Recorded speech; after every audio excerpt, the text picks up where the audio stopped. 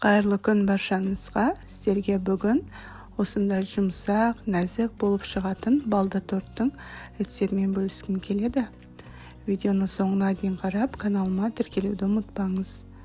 Тура мен айтқандай әдістермен жасасаңыз, торттарыңыз осылай жұмсақ, үлпілдеп тұрады.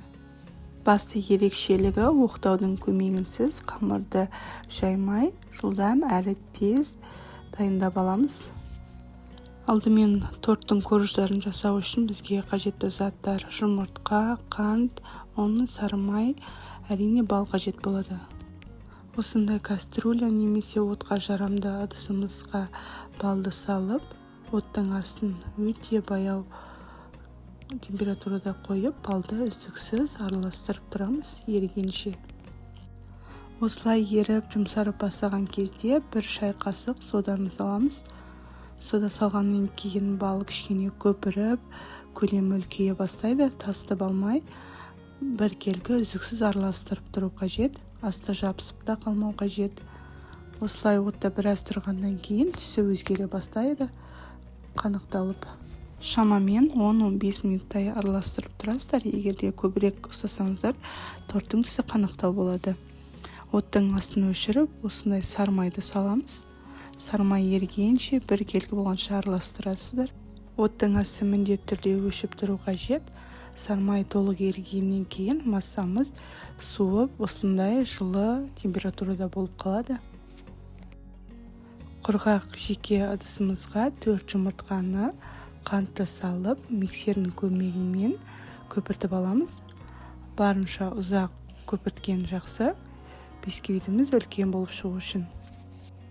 Оның үстіне бал қосылған сұйықтықты 3 бөлікке бөліп құямыз. Әр бөлікті құйған сайын жақсылап миксерлеп араластырып отырамыз. Түсі өзгере бастайды.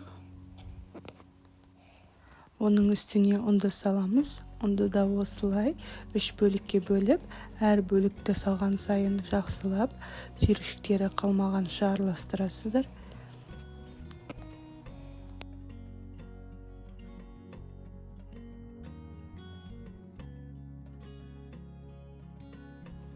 Бір келкі сұйықтық пайда болды.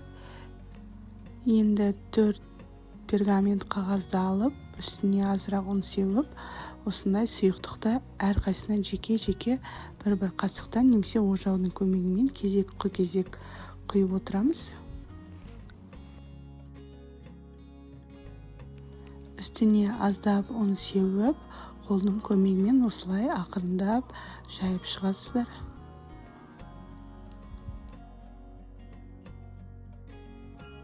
Пешті 160-180 градус аралығында қыздырып, дайын болған корждарымызды 5-6 минутта пісіріп шығарамыз. Күйіп кетпеуін қадағалап тұру қажет, өте тез піседі. Дайын болған корждарымызды осылай кері бетін аударып, ұндарын қағып түсіреміз. Осылай басы оқтаудың көмегінсіз тез дайындап аламыз. Дөңгелек форманың көмегімен кесіп аламыз. Мен мұнда 25 см жасадым диаметрін. Коржиктің шетінен қалған бөліктерін осылай қолдың көмегімен немесе үкіштің көмегімен майдалап аламыз. Кремін дайындау үшін холодильникте тұрған салқын 33% сливки қажет. Оны жақсылап миксерлейміз. Миксерді бірінші төмен жылдамдықта бастап, ақырындап жоғарылап көтере бастаймыз. Осылай қоюлана бастаған кезде миксерді тоқтату қажет. Егерде өткізіп алсаңыздар, креміміз тым қою болып кетеді. Оның үстіне три желанияның сгущенкасын 8,5% кез келген түрін қолдануға болады. Үстіне ақырындап құйып отырып миксерлейміз. Сгущенка құйғаннан кейін креміміз кішкене сұйықталып, осындай бір тегіс болып шығады. Дайын коржиктарымызды осындай дөңгелек формаға кигізіп, тортымызды жинаймыз. Кремді көздің мөлшерімен әр қабатына бөліп, шамамен 6-7 қасықтан құйып, кезек-кезек орналастырамыз. Соңғы беткі қабатын келесі бетін аударып, тегіс бетін қоямыз.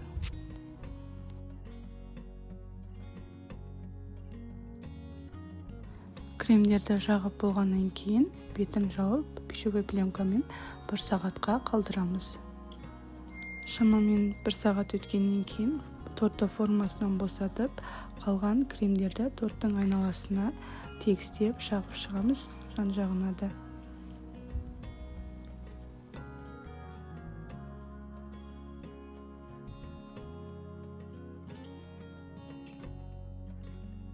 Коржиктің шетінен қалған бөліктерін ұсақтап, осылай әсемдігі үшін бетіне, жан-жағына сеуіп шығамыз.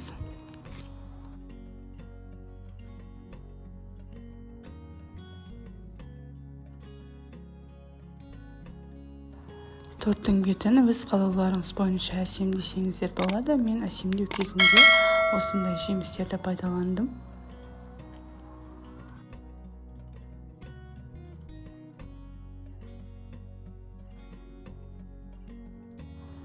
Осындай балды тортымыз пайда болды. Шамамен 1-2 сағаттан кейін кессеңіздер, дәмі сіңіп өте тәтті болады. Видео сіздерге ұнап, пайдаларыңызға жараса, кері байланыс қалдыруды ұмытпаңыз.